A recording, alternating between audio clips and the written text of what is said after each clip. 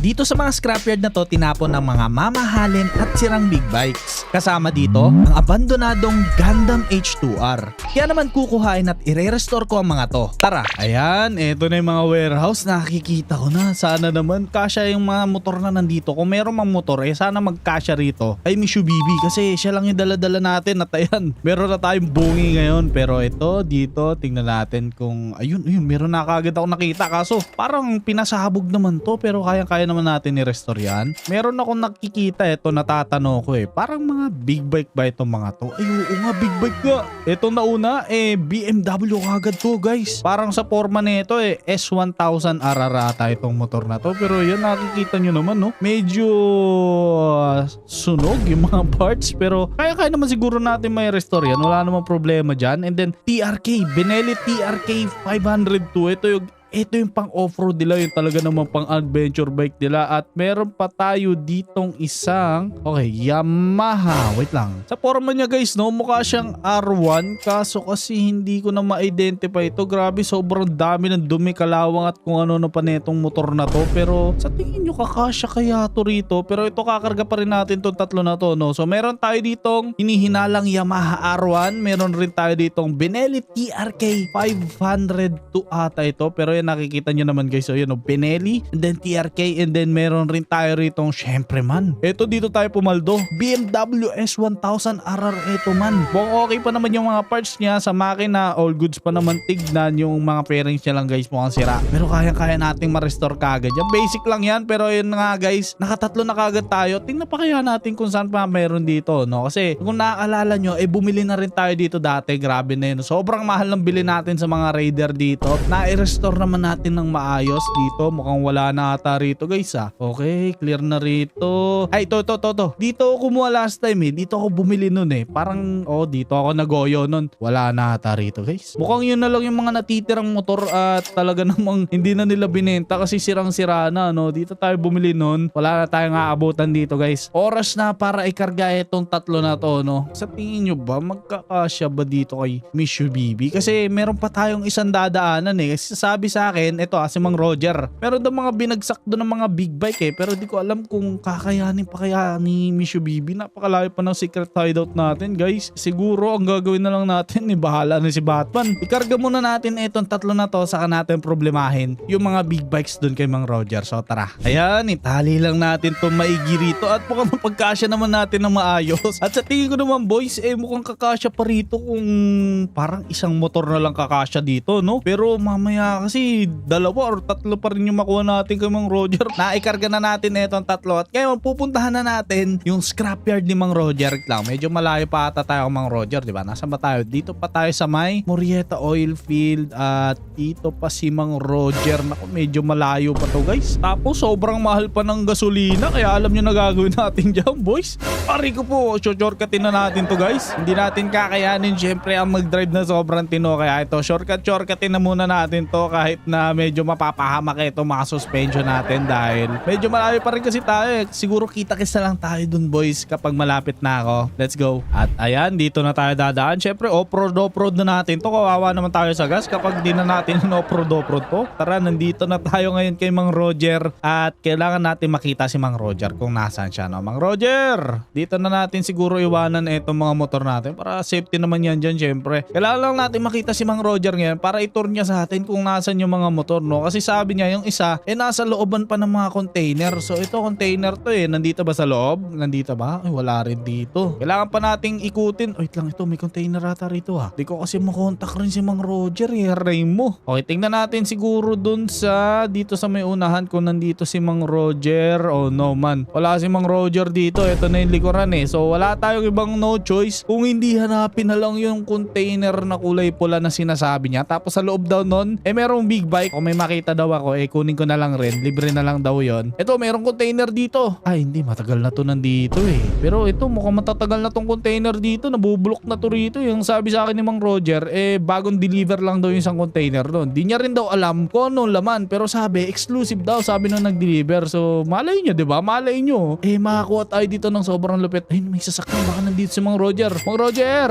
Mang Roger, nandiyan ka ba? Wala si Mang Roger dito guys. Labasan na to. Ayun na si Mitsubishi. Bibi. Umikot lang tayong pagkalayo-layo. Huwag na natin abalain si Mang Roger. Kaya naman natin to eh. Medyo malaki lang to. Pero kailangan nyo muna kasing i-like yung video natin para makita kagad natin, di ba? So i-like nyo na yan. Grabe naman yan. Kanina pa tayo naghahanap dito. Kaya pala di natin makita kasi di pa kayo naka-like and subscribe. I-like nyo na yan. Saka i-subscribe nyo na to para makita na natin kagad yung mga motor, no? Naku, walang laman. Puro basura. Eto dito. Tingnan natin dito dahil meron pang isang warehouse dito si Mang Roger. Dito niya tinatago madalas nung magagandang sasakyan eh. Ito, container na malaki. Container doon. Wait lang. Mukhang nakita ko na. Ito na yun. Kaso nakalock. Meron pa motor dito. Tinapon lang sa basura, no? Okay, so meron pa tayo nakita rito na isang big bike at uy, grabe to. Nakashowa yung shocks niya. Tapos mukha itong Kawasaki, no? Pero hindi ko masigurado dahil wala siyang logo. Guys, hindi ko makita yung kanyang emblem dito sa may gilid. Dito ba? Meron ba? Hindi ko rin makita eh. Pero itong motor na to talaga mukhang Kawasaki. Tapos ayun, no? Meron siyang green at nakashowa siya na shocks. Inverted shocks na showa. Malamang sa alamang ZX-10R siguro tong motor na to, guys. Pero bakit naman tinapon ni Mang Roger lang dito? Kawawa naman tong motor na to. Wait lang, dali natin si Mitsubishi dito tapos ikarga na rin natin to. Okay, medyo masikip lang yung daanan pero mukhang kakayanin naman natin. Grabe, sobrang tagtag na ni Mitsubishi.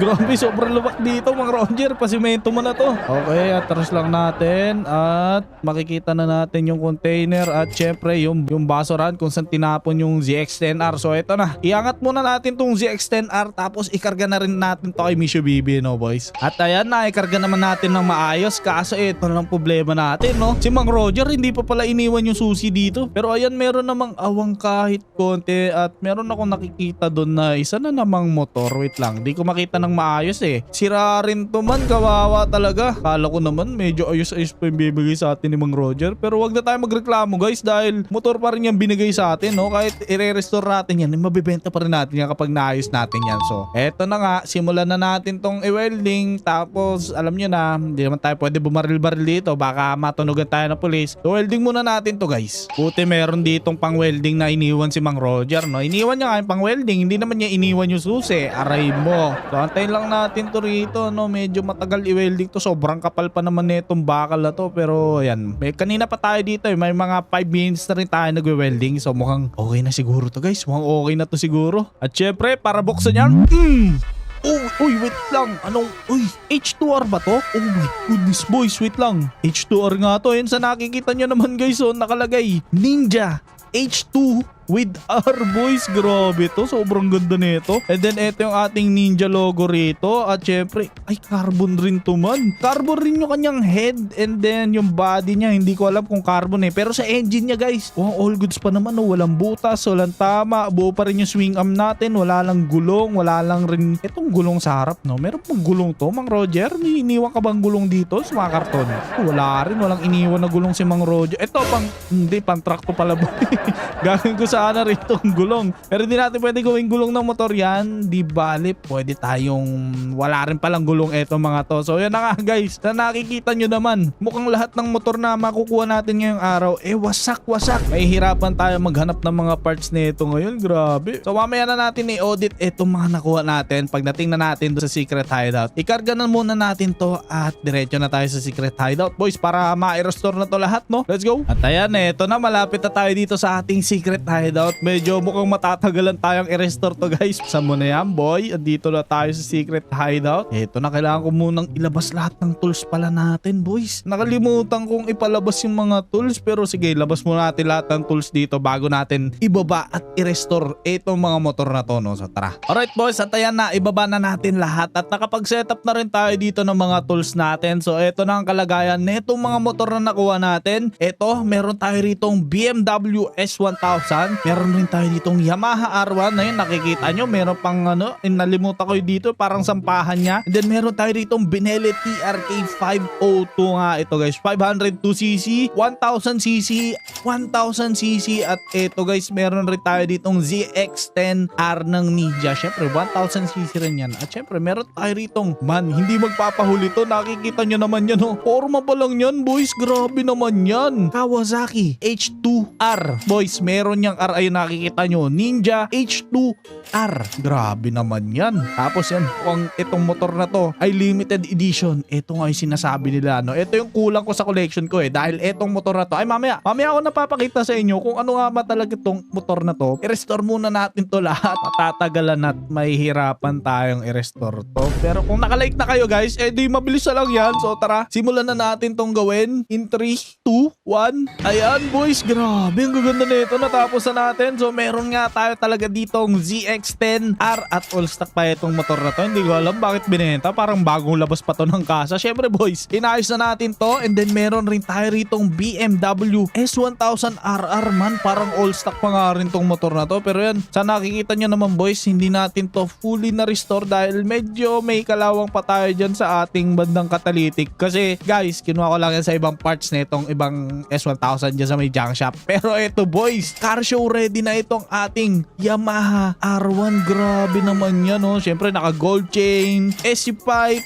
Yan, nakikita nyo naman, naka-ready na lahat yan. Pinalagyan ko na rin dyan ng sticker. Ito yung panglalaban talaga natin sa mga racing, sa ibang, sa tingin sa mga bike show, papalag pa rin naman to Pero ito pang racing ko to. And then ito man, pang off-road natin to boy.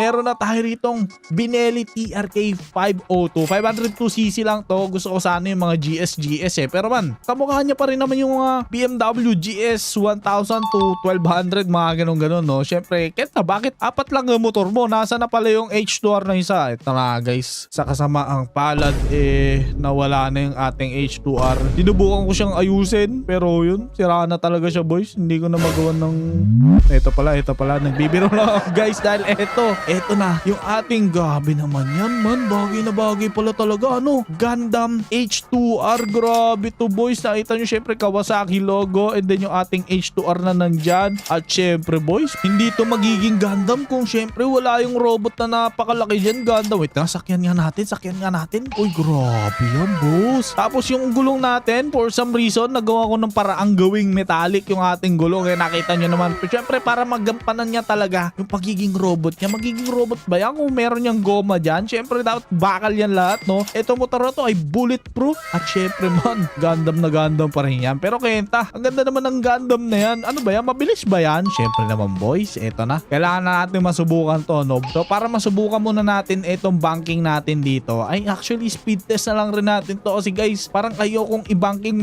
dahil yung kanyang gulong ay bakal, so madulas. So speed test na lang natin to. Syempre gagamitin natin to sa, alam niyo na, pag nanakaw sa mga bangko at kung saan pa. So tara, i-testing na natin kung gaano kabilis to at kung may iwanan ba natin yung mga pulis dito, no? So tara. Okay boys, i-testing na natin to at syempre man, kapag kinapos tayo ng speed, ay gagamitan na natin to ng turbo. Pero yan, yung una kagad tayo, walang speed pa lang yan, grabe na kumayod, 100 na kagad, second gear pa lang yan boys.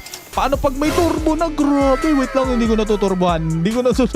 Wait lang, tumatalon rin to boy. Wait, paitoy na natin. Aray ko po. Oh, naku. Tinamaan ata yung pairing. Hindi. All goods naman. Pero sa nakita ko guys, parang 380 ata yung top speed nito. Grabe. Sobrang bilis pa rin itong motor na to. At di pa natin to na-upgrade yung mga transmission nito. Yung mga, alam nyo na yung mga kailangan natin upgrade dito. Para mas bumilis to. All stock pa lang to kumbaga sa makina. Pero yun na nga. Kung nagustuhan mo itong video na to guys, pindutin mo na yan. Dahil sigurado kung magugustuhan mo rin yan. Kita kayo sa'yo dyan guys. Bye bye.